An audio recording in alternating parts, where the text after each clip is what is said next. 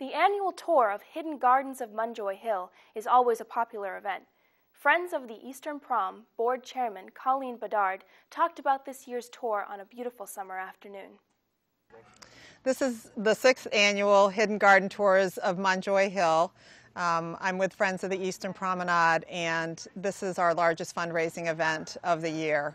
We get about 500 people up on the East End this year for the tour.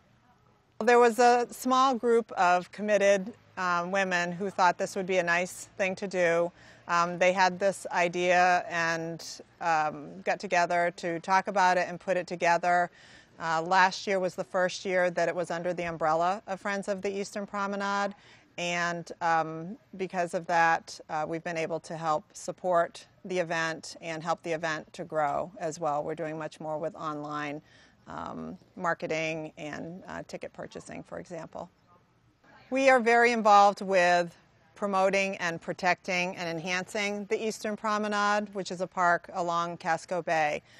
We have put in 2 new trails at each end of the Eastern Promenade, and one of our largest projects this year is the renovation of Fort Allen Park, which is a very large undertaking. We are always on the lookout ourselves for hidden gardens up on Munjoy Hill, and we encourage people to start their own gardens. I'm a novice gardener myself, and because of this event, I've actually started my own garden, which will hopefully someday be on the tour. Judy Coronius talked about maintaining a garden on Munjoy Hill. I don't have that many challenges because this is a protected garden with the trees and the fencing. However, a tree came down, a very large tree, in October. So now I have the challenge of working with sun, and as you can see, most of my garden is shade. So I don't hesitate to move things around, and that's what I'm doing this year. And probably in the fall, we'll be moving things in the spring. I especially like that the English ivy is covering the tree that fell, has camouflaged that. And I'm liking the European ginger, however, it does like shade, so we are watching this year. I love a shade garden because, again, the blossoms are slow to come, and they stay longer than a sun garden, and so I like the hydrangeas. And then I like the looks of more of the ferns and the stilby, and then pops of annuals. Karen Rasmussen rescues damaged plants from nurseries for her garden. It's a lot of work, I guess. We're in a fairly small area, big yard for this neighborhood, but we have so many plants now that there's really a lot of work that goes into just keeping them pruned and small and not overgrowing each other and crowding each other out.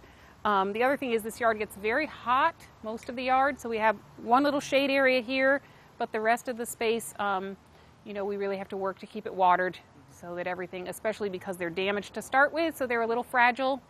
So just a lot of work kind of, I guess, nursing them along, yeah. And how was your day then with the garden tour?